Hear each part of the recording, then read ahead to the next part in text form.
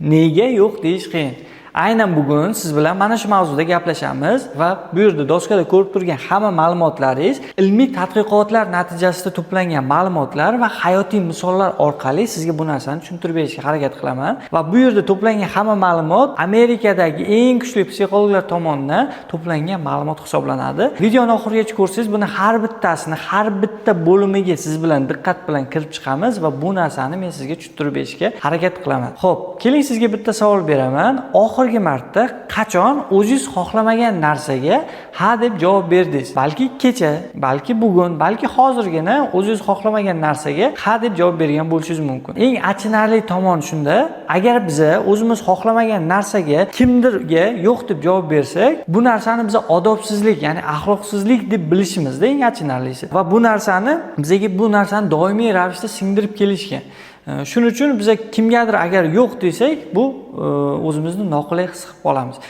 Aynan mana shu mavzuda siz bilan to'liq bugun gaplashamiz va sizga aniq faktlar va misollar bilan bu narsani tushuntirib beraman. Mana bu yerda ko'rib turibsiz, asosiy mavzumiz nega yo'q deyish qiyin savoliga mana bu yerda keltirilgan 6 ta misol bilan sizga bu narsani tushuntirib beraman va oxirida qanday qilib bu narsani oddiygina chiqib ketish mumkinligini, qanday qilib oddiygina o'zimizni yaqinlarimizga ham hattoki o'zimizga yoqmagan holatlarda oddiygina qilib yo'q deyish mumkinligini ham men sizga oddiy misol bilan tushuntirib beraman. Men bu yoqda mavzuga kirishimdan oldin men sizga o'zim haqida ma'lumot berib o'tay. Ko'pchilik o'ylashi mumkin, bu ham psixologlikka da'vogar qilib chiqyaptimi deb o'ylashingiz mumkin. Yo'q, unaqa emas. Men hech qanaqa psixologlikka da'vogar qiladigan joyim yo'q. Men prosta bu ma'lumotlarni o'zim uchun juda ham qiziq bo'ldi va sizlar bilan ham bo'lishishga harakat qildim. Mana bugun soat hozir men sizga ko'rsataman. Hozir soatni qaradim. Kechasi 11:30 bo'lishiga qaramasdan bu ma'lumotlarni sizlar bilan bo'lishkim keldi. Ya'ni shunaqangi qiziqarli ma'lumotlar to'plaganligim uchun birdaniga sizlarga bu ma'lumotlarni bo'lishga harakat qilyapman. Shuning uchun videoni diqqat bilan ko'ring. Hamma ma'lumotlarni kerak bo'lsa yozib oling va hayotingiz uchun qo'llashingiz kerak bo'lgan juda ham ko'p misollar bilan sizga tushuntirib berishga harakat qilaman.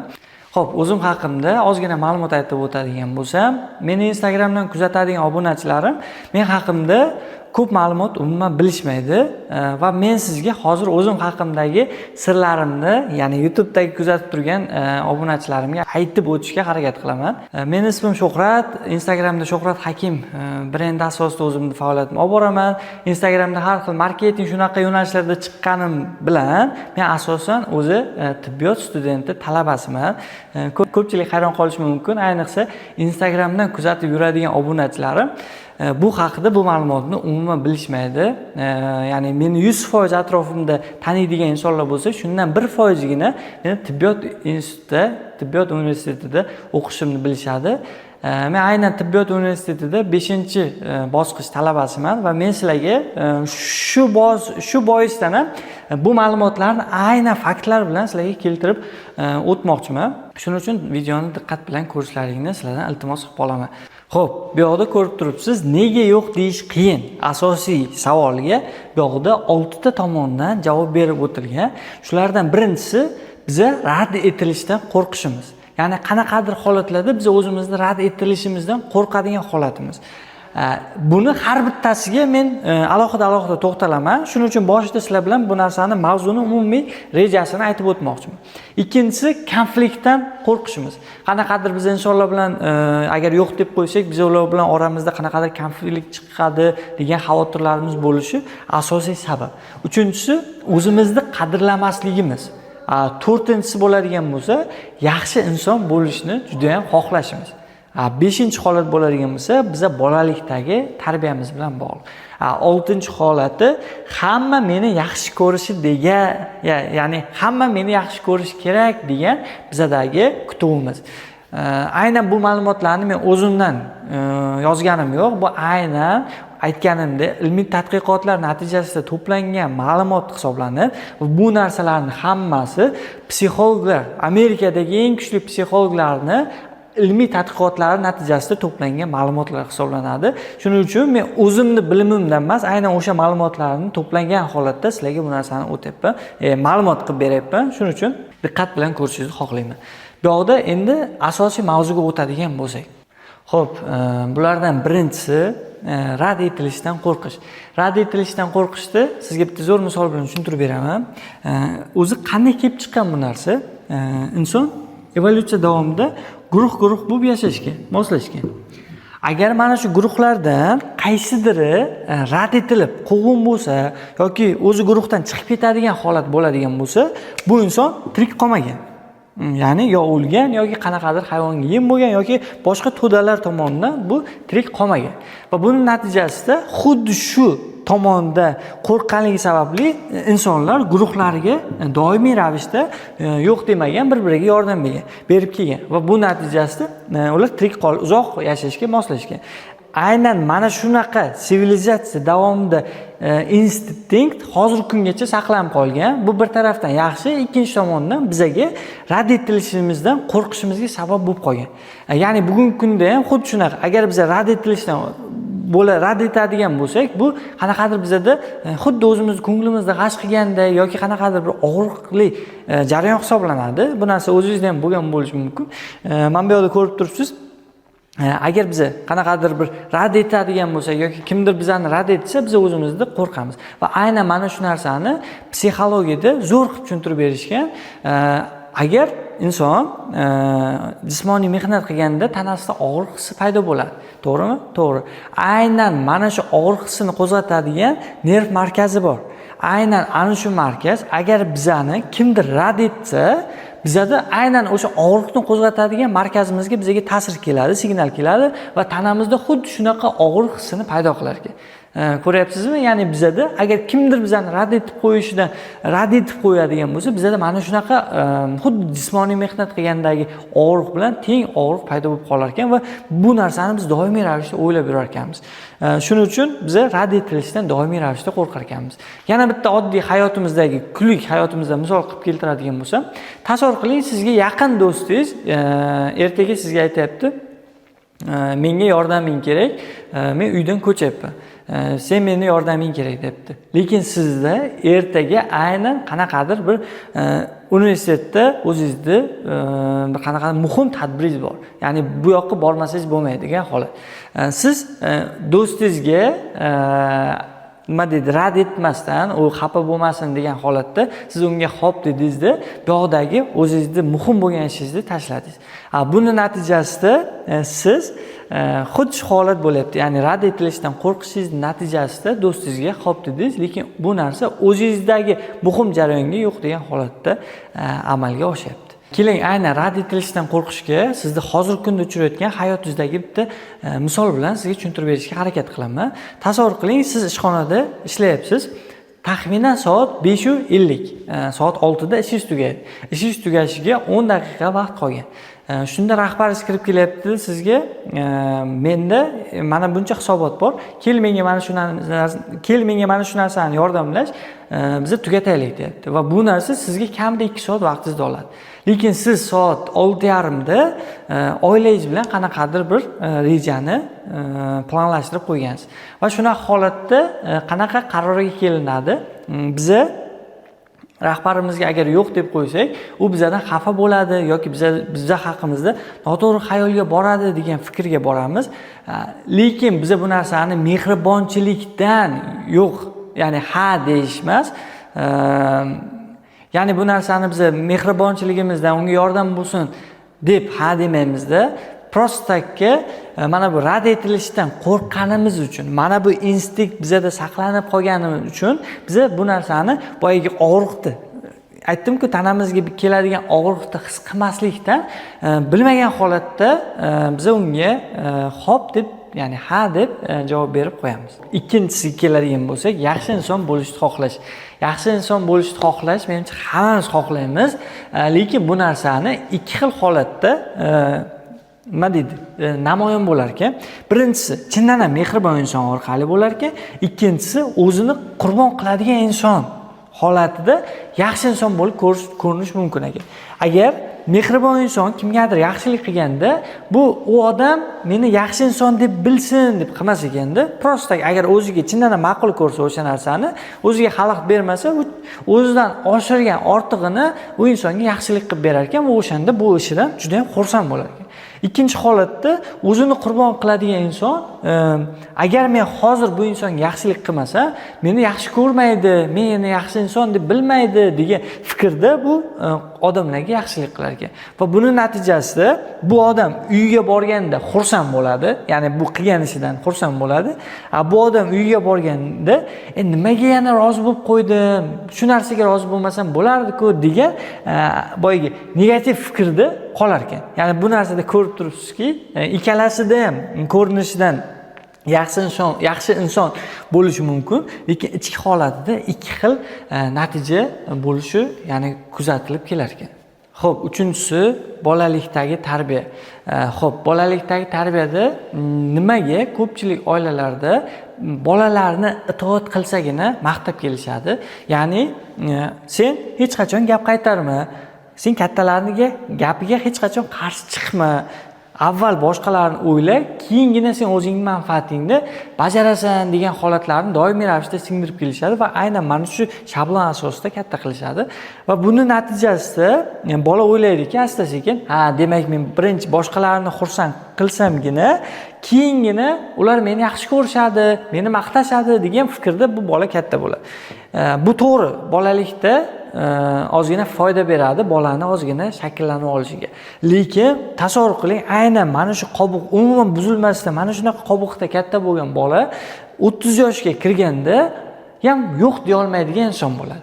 Ya'ni o'zini manfaatini pastga qo'yib, boshqalarning iltimoslariga o'zini vaqtini, o'zini shaxsiy chegarasini buzgan holatda ularga ha deb javob berishga harakat qiladi. Ya'ni ularga o'zini ikkinchi darajaga tushiradi va ularga yo'q deya olmaydi. Mana shunaqa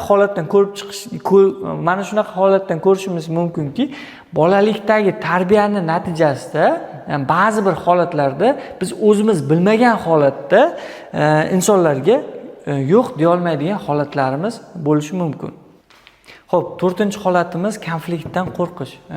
Xo'p, bu holatda nima uchun miya doimiy ravishda noqulay suhbatlardan qochadi? Bunaqa holatda qanaqadir tortishuv bo'lganda yoki qanaqadir noqulay suhbat bo'ladigan bo'lsa yoki qanaqadir bahs bo'ladigan bo'lsa, miya doimiy ravishda stress bo'lar ekan va o'zini himoya qilish maqsadida konfliktga bormaslikni tanlar ekan. Ya'ni bu narsani keling men sizga bitta zo'r misol bilan tushuntirib beraman. Tasavvur qiling, siz sartaroshga bordingiz va sartaroshga borganingizda sartarosh sizni sochingizni oldi va bu narsa sizga yoqmayapti. Va bu narsani unga ayta olmayapsiz. Ya'ni u sizdan oxirida so'radi, qanaqa chiqyapti, yaxshi chiqyaptimi deganda, yo'q, meni mana bu joyimda yaxshi olmayapsiz, mana bu joyimni to'g'irlang degan fikrni aytmayapsiz-da, ha, yaxshi chiqyapti deb aytdingiz.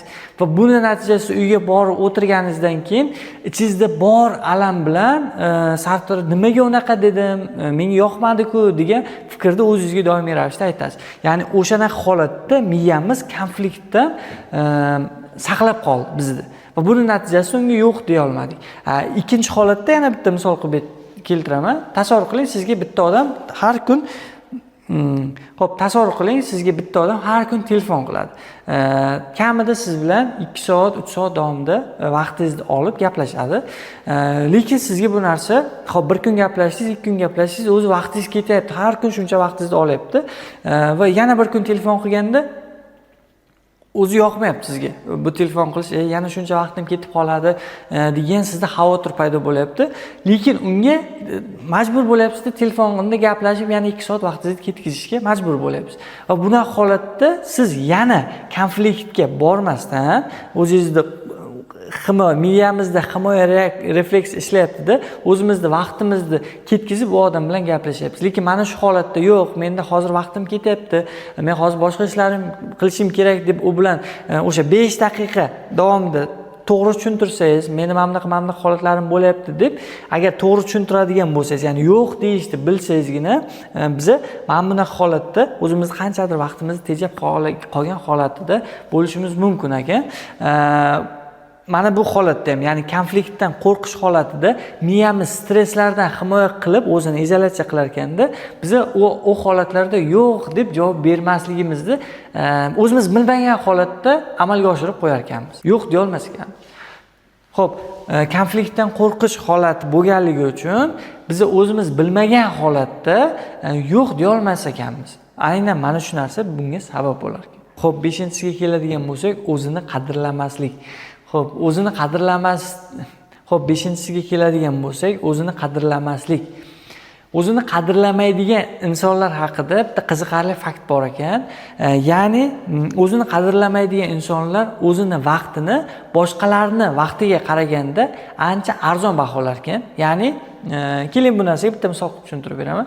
Kimdir sizni 5 daqiqa suhbatlashamiz deb uchrashuvga chaqirdi, bordingiz, lekin bu suhbat kamida 2 soat davom etdi. Lekin siz bu narsaga hech qanaqa reaksiya bildirmadingizda, u insonlarni o'zingizning rejangizni 2 soat keyinga surib hayotingizda davom ettirib ketdingiz. Ya'ni bu narsadan ko'rinadiki, siz o'zingizning vaqtingizni boshqalarnikiga qaraganda ancha arzon baholadingiz. Va buni natijasida o'zini qadrlamaydigan insonlar shunaqa holatda ham yo'q deyishi ancha qiyin bo'lar ekan. Shu uchun bunda ham juda ham mening o'ylashim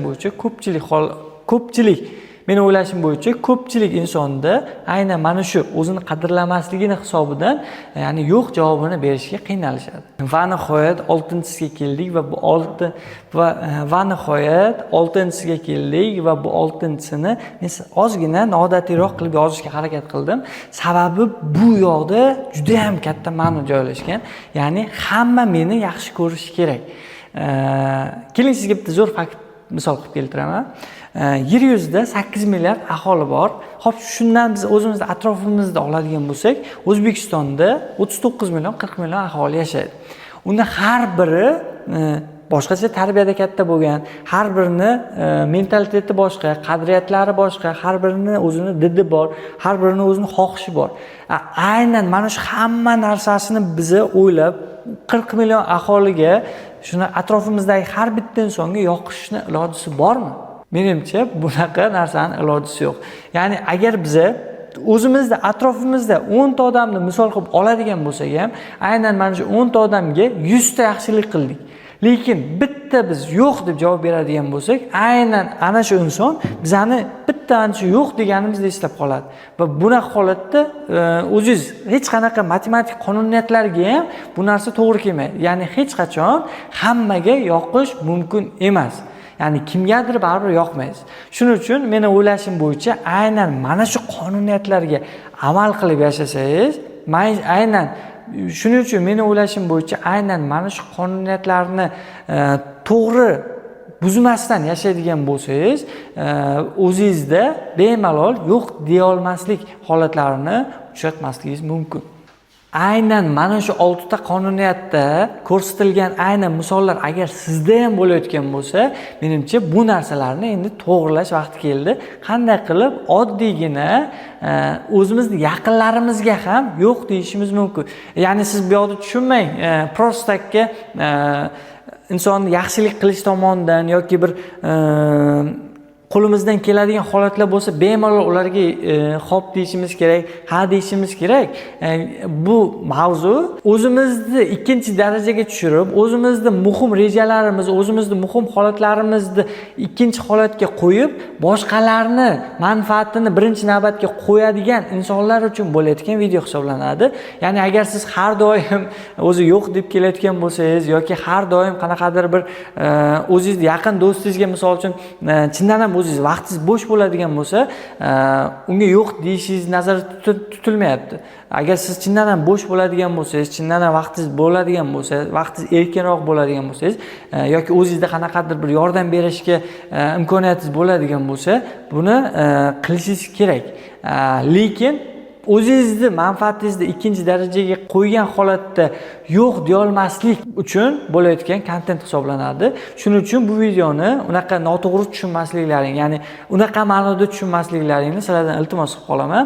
Buni hammasi boyagi o'zini manfaatini ikkinchi darajaga tushirib, yo'q deya olmaydigan, ya'ni boshqa insonni birinchi o'ringa qo'yib, o'zini ikkinchi darajaga tushiradigan insonlar uchun bag'ishlangan video hisoblanadi.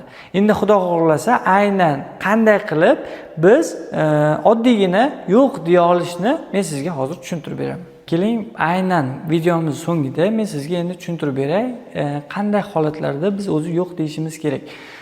Agar chindan ham tasavvur qilaylik, bizda 24 soat vaqtimiz bor. Aynan mana shu 24 soatni biz kim uchundir sarflayapmiz, kimnidir manfaati uchun doimiy ravishda harakat qilyapmiz. 24 soatdan bizga umuman vaqt qolmayapti. Aynan mana shunaqa holatlarda kimnidir manfaatini birinchi o'ringa qo'yib, o'zimizni ikkinchi darajaga qo'yapmiz. Ya'ni kimgadir har doim ha deyishimiz orqali o'zimizni nimadir holatimizga yo'q deyapmiz. Ya'ni har doim ha bo'lib kim uchundir ha ketyapti, lekin qaysidir holatlarda o'zimizga yo'q deyapmiz. Ya'ni o'sha vaqtimizni, 24 soat vaqtimizni o'zimizni maqsadlarimizni bajarish uchun qaysidir qismini sarflashimiz kerak bo'ladigan holatlarda ularni ham maqsadlarimizga yo'q deyapmizda, kim uchundir yordam berishga sarflab boryapmiz. Mana shunaqa holatlarda biz yo'q deya olishimiz kerak. Yo'q deyishda ham odatiy ikki xil bo'ladi. Birinchisi chindan ham qo'pol ravishda, ya'ni yo'q, men bu narsani qilmayman, yo'q, menga hozir bu narsa kerak emas deb aytish, bu salgina qo'pol tuyulishi mumkin. Ikkinchi holat, rahmat, sen taklifing yaxshi, lekin uzr, hozir meni bu narsaga ilojim yo'q. Sababi men bunaqa holatlarni men o'zim sendan oldin rejalashtirib qo'ygandim. Shuning uchun sendan uzr so'rayman. Mana bu rejalarimni amalga oshirmasam bo'lmaydi deb oddiy ohangda tushuntirish. Ya'ni bunaqa holatda ikkalasida ham ma'no bir xil, lekin gapirilish ohangi har xil. Ya'ni aynan mana shunaqa qo'pol qilmagan holatda tushunarli qilib unga yo'q desangiz, u ham inson tushunadi. Agar mana shu yo'q degan holatingizda u sizni tushunmaydigan bo'lsa, ya'ni oddiygina muloyim qilib unga tushuntirganingizda ham u sizni tushunmaydigan bo'lsa, aynan u inson sizni ha deyishingizga doimiy ravishda o'rganib qolgan va bu inson hayotingizdan chiqib ketsa ham xafa bo'lmasligingizni sizdan tushunishingizni so'rab qolaman. Sababi u inson har doim sizdan foydalanib kelishga harakat qiladi. Bir marta siz o'zingizni manfaatingiz uchun unga yo'q deydigan bo'lsangiz, u inson sizdan hayotingizdan chiqib ketyaptimi, siz undan xursand bo'ling. Ya'ni u inson sizni ancha energiyangizni, ancha fokus, ancha diqqatingizni olib qo'yayotganligidan olib qo'yayotgan inson bo'ladi. Shuning uchun bunaqa insonlar hayotingizdan chiqib ketsa ham, siz bu narsadan xafa bo'lmasligingizni sizdan iltimos qilib qolaman. Menimcha bugungi YouTube videomiz ancha hamma uchun manfaatli bo'ldi. Yana bir marta aytaman, bu ma'lumotlarning hammasi ilmiy tadqiqotlar, Amerikadagi eng kuchli psixologlar tomonidan yozilgan aniq faktlar hisoblanadi. Shuning uchun bu ma'lumotlarni siz bitta o'zingizga iloji boricha hayotingiz, kundalik daftarlaringizga yozib oling va bu ma'lumotlarni o'zingizning hayotingizga qo'llab boradigan bo'lsangiz, ishoning, endi hech qachon sizda kimgadir o'zingizni manfaatingizni ikkinchi darajaga qo'yib ha deyish emas, bemalol erkin holatda, o'zingizni xijolat qilmagan holatda ham bemalol yo'q deyishni menimcha endi o'rganib oldingiz. Sog' bo'ling, salomat bo'ling. Ha aytgancha, meni YouTube kanalimga obuna bo'lib qo'ying. Sababi aynan mana shu videoga siz like bossangiz, obuna bo'lib qo'ysangiz, ha aytgancha, siz aynan mana shu videoga bitta like bosing va yaqin do'stlaringizga, ya'ni bilib olishini xohlayman. Xo'p, videomiz so'ngida sizdan bitta iltimosim bor. Agar videomiz yoqqan bo'lsa, videoga bitta like bosing va kommentariyada o'zingiz fikringizni yozib qoldiring. Farqi yo'q. Agar sizga video yoqmagan bo'lsa, yoqmadi deb fikringizni yozib qoldiring. Sababi bu algoritm uchun foydali hisoblanadi. Bu video qanchalik ko'p insonga ko'rilsa, aynan mana shu narsa muammosiga yechim topadi degan umidda bu videoni olyapman. Sababi ko'pchilik o'zini manfaatini ikkinchi holatga, ikkinchi darajaga tushiradi-da, boshqa insonga yo'q deya olmaydigan holatga juda ham ko'p uchrab kelyapti. Shuning uchun bu videoni ular ham ko'rishsin, iloji boricha ularni o'zlariga tashlab bering. Ozgina vaqtlarini ajratib bu videoni ko'rishsa, ular uchun ham ancha hayotidagi katta muammolarda yechim topishgan bo'lar degan umiddaman. Aytgancha, yana meni YouTube kanalimga obuna bo'lib qo'ying. Keyingi videolarim chiqqanda sizda oldingizdan birinchi navbatda chiqish uchun bu juda ham muhim hisoblanadi.